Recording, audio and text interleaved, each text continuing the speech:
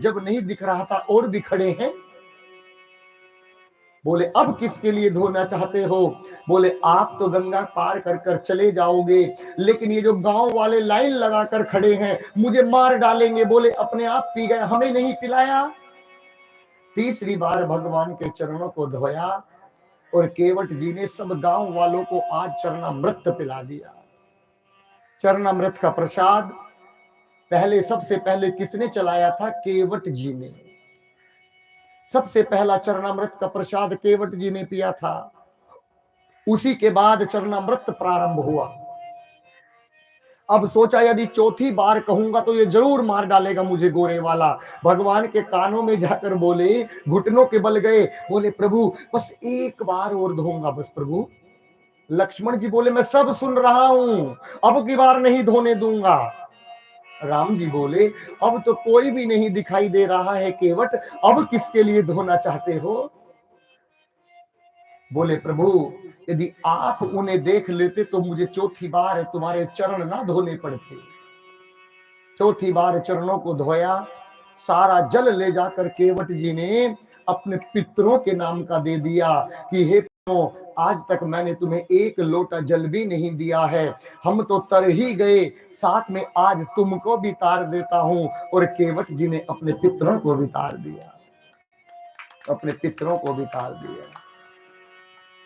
उसी दिन से कहते हैं जो एक लोटा जल लेकर प्रातः सुबह को उसमें काले तिल डालता है, एक चुटकी काले तिल, 2-4 चावल के दाने, चावल खंडित ना हो, थोड़ी सी रोली भी डाल सकते हैं और थोड़ा सा मीठा डाल सकते हैं। और जो इसको रोज प्रतिदिन पूरब दिशा की तरफ नहीं, जो इस प्रक्रिया को रोज दक्षिण दिशा में मुख कर कर जल देता है, उसके घर में कभी जीवन में पितृदोष नहीं हो सकता।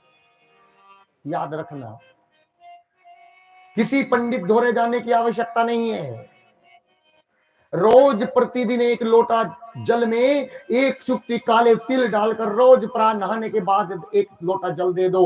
हे पितरों, हे देवताओं, तुम कहीं भी हो, तुम्हारे नाम का एक लोटा जल अर्पण करता हूं। फिर देखिएगा 1 महीने के अंदर जो तुम्हारा काम अटका पड़ा है, कहीं दूर का नहीं हूं, मैं नजदीक का हूं, तब बताना। 1 महीने के अंदर एक बार करना तो प्रारंभ करो।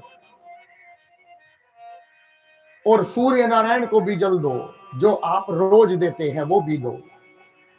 सूर्य नारायण को क्यों जल देना चाहिए? हम लोगों के घर में कनेक्शन बिजली का लगा है, क्या महीने में बिल जमा करते हो कि नहीं करते हो? करते हो ना? नहीं करोगे तो सरकार का नोटिस आ जाता है।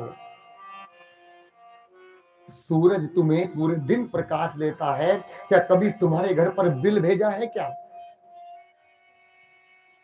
कितनी भी लाइट लगवा लो, मरकरी लगवा लो, लेकिन ऐसी धूप नहीं पैदा कर सकते बिना सूर्य के।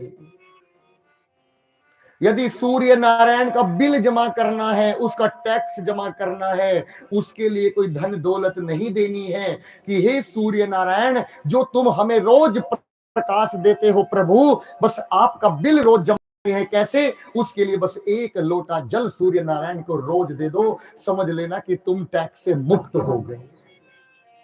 यदि ये कर्जा लेकर जाओगे तो इसका भी दंड देना पड़ेगा। ये कर्जा लेकर मत जाना। जैसे केवट जी ने चौथी बार चरणों को धोया, अपने पितरों को तृप्त कर दिया, अब भगवान को नाव में बिठाया और नाव में बिठाकर गोल गोल चक्कर काटने लगे। केवट जी से लक्ष्मण जी बोले, अरे भाई 4 घंटे हो गए हैं, आप नाव को गोल गोल क्यों घुमा रहे हैं, हमें पार क्यों नहीं उतार रहे हैं? वो केवट जी बोले, मुझसे तो ऐसी ही चलानी आती है, यदि इससे अच्छी आप पर चलानी आती है तो आप चला लो। राम जी बोले, मत छेड़ो इन्हें, ये और विलंब करेगा, जैसा चला रहा है चलाने दो। और भगवान की तरफ को मुख कर कर बोले, गंगा मां से कहने लगे, केवट जी, मेरे राघव